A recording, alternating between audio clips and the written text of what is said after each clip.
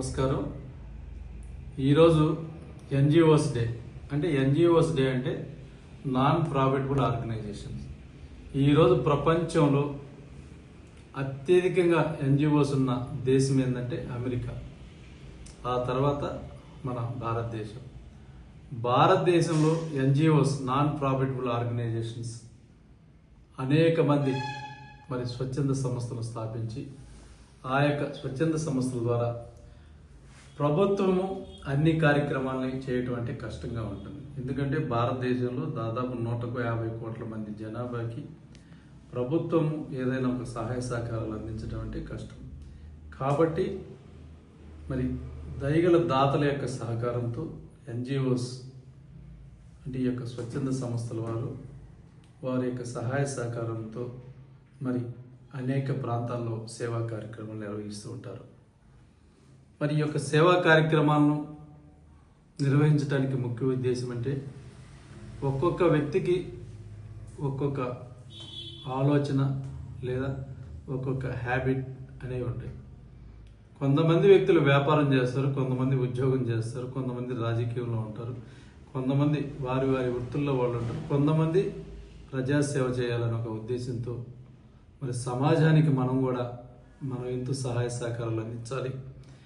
మనమే కాకుండా 10 మంది సహాయ సహకారాలతో ఈ సమాజాన్ని నిద్రలేపుదామని చాలామంది స్వచ్ఛంద సేవకులు మరొకటి వృద్ధాశ్రమాల్లో కానివ్వండి, వికలాంగులకు కానివ్వండి, లేదా బ్లడ్ డొనేషన్ క్యాంపుల కార్యక్రమాలు కానివ్వండి, ఇవన్నీ కూడా చేయటం జరుగుతుంది.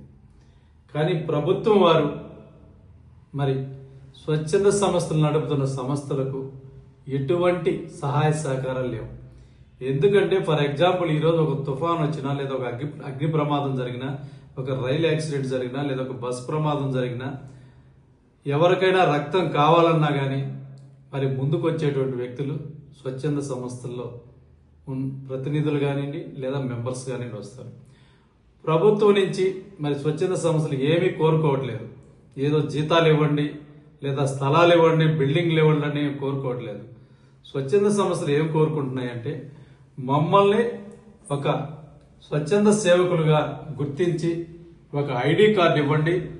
అంతేకాకుండా ప్రభుత్వం నిర్వహిస్తున్నటువంటి సేవా కార్యక్రమాల్లో ఆయా ప్రాంతాల్లో ఉన్నటువంటి స్వచ్ఛంద సంస్థలను కలుపుకొని ఈ యొక్క సేవా కార్యక్రమాలు నిర్వహించమని చెప్పి ఈ యొక్క స్వచ్ఛంద సంస్థ ప్రతినిధులు కోరుకుంటున్నారు.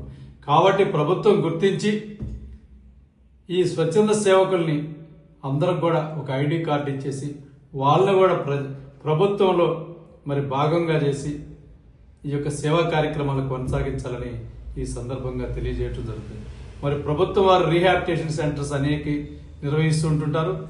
అదేవిధంగా గవర్నమెంట్ హాస్పిటల్స్లో కానివ్వండి, ఇతర అనేక ప్రదేశాల్లో సేవా కార్యక్రమాలు ఈ యొక్క స్వచ్ఛంద ప్రతినిధులు చేస్తుంటారు. వారికి ఇలాంటివి అప్పగిస్తే ఎటువంటి అవినీతి లేకుండా వీరు చేస్తారని ఈ సందర్భంగా తెలియజేస్తూ మరొక్కసారి ఈ యొక్క భారతదేశం అదేవిధంగా ఉమ్మడి తెలుగు రాష్ట్రాల్లోని ఎన్జిఓస్ అంటే నాన్ ప్రాఫిటబుల్ ఆర్గనైజేషన్ స్వచ్ఛంద సంస్థలందరూ కూడా ప్రతినిధులకి ఈ యొక్క సభ్యులందరికీ కూడా ఆంధ్రప్రదేశ్ స్వచ్ఛంద సంస్థల తరపున ధన్యవాదాలు తెలియజేస్తున్నాం.